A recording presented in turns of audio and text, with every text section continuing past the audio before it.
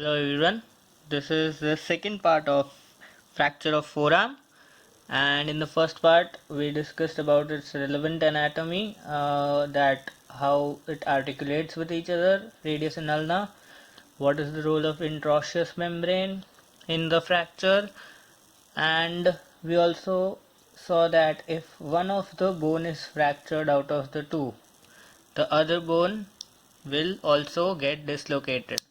Okay, so based on the location of the fracture, we can say whether the fractured arm will be in supinated position, so or vice versa, or a pronated position. Okay, now if we take a look, what can be the causes of the fracture? That can be a direct blow, that is also you can say a lathima, which is right now going due to the lockdown, and indirect blow, that is if you fall on the hand or on the back of the forearm. Okay, so two types of causes: simple direct blow and an indirect blow. This second is what kind of displacement it can occur in children and adults. It is different. For children it is unplaced or minimally displaced, okay, which can be treated easily with a closed reduction and immobilization. But in adults it is mainly displaced in a pronated position. It is mainly displaced in a pronated position. It can be displaced in a supinated position, but chances of pronated displacement is more. Okay, then the third point, what types of displacement can occur? The three types of displacement which can occur are angulation. Angulations can be medial or anterior. Shifts can be a medial shift, lateral shift, proximal shift, distal shift. Okay, rotations can be a pronated rotation and a supinated rotation. Okay, then the next main point, how do we diagnose it? So in children there are no such obvious signs. What do I mean by obvious signs? That is pain, swelling, tenderness, okay, on the affected area of the forearm. Okay, but in adults there are obvious signs. When the patient comes to you, he will be in excruciating pain. He will be having a swelling on the forearm at the affected part. He also might be having tenderness over that part. Okay, so these are certain obvious signs with which you can diagnose. X-rays are later. These are the clinical features. Okay, now how can we treat them? Okay, so before getting to this chart, we might consider types of treatment. What are the types of treatment? Okay, so types of treatment have two methods: a conservative approach and a surgical approach.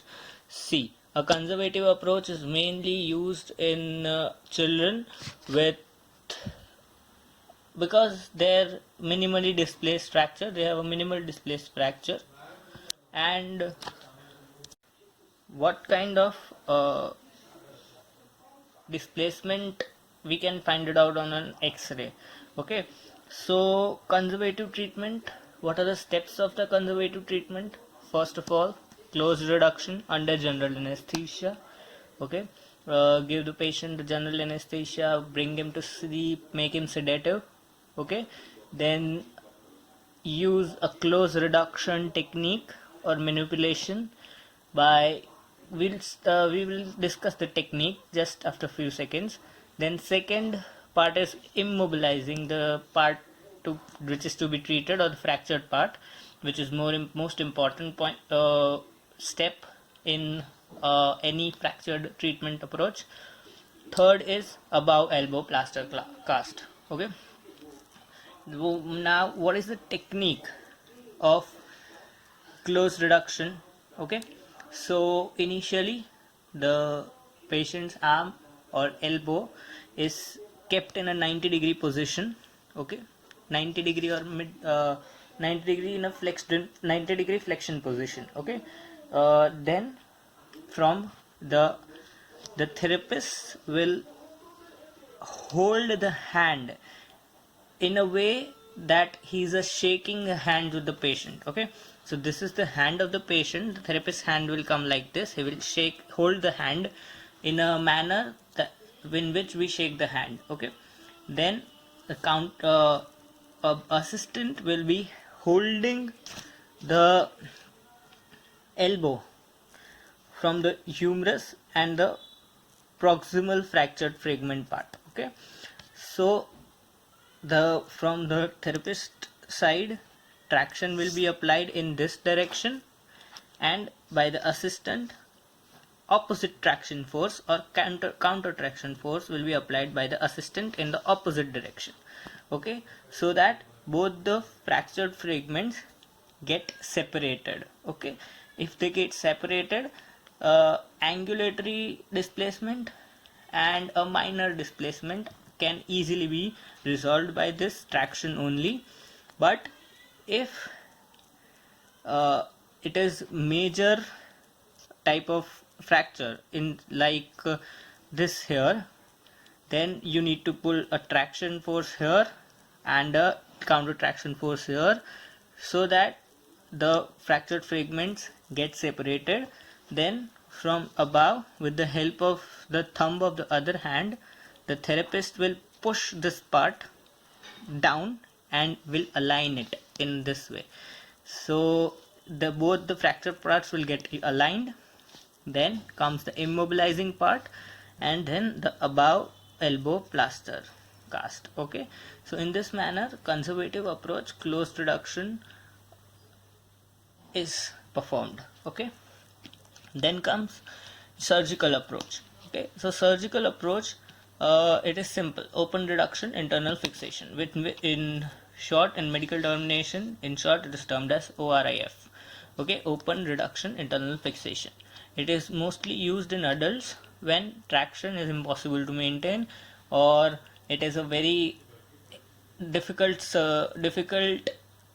to perform any closed reduction. Okay, main points to be noted in a surgical approach are: first, radius and ulna should be approached through separate incisions. So there should be a separate incision for radius to relocate its head, or if it is dislocated and if ulna is fractured, then separate incision for ulna as well.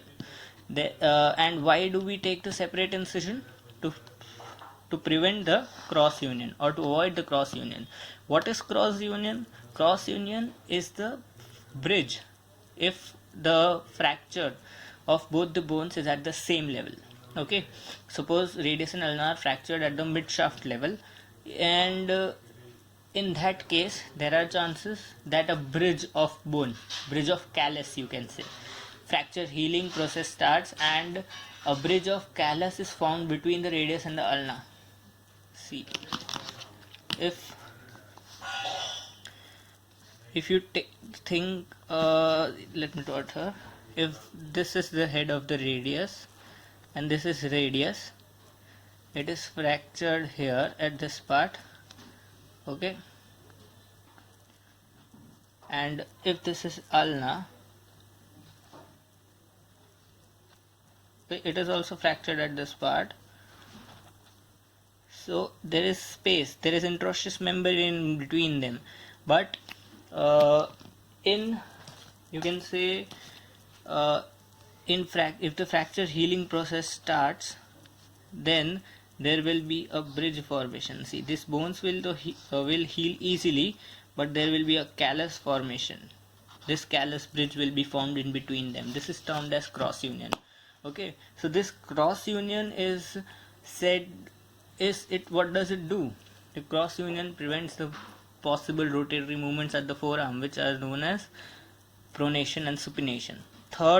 Second point we need to keep in mind is compression plating is preferred method over any other method. Then bone grafting should be done if the fracture is older than 3 weeks, and external fixation in the form of above elbow plaster cast is done if needed. Okay, so these were the general treatment measures of the forearm fractures.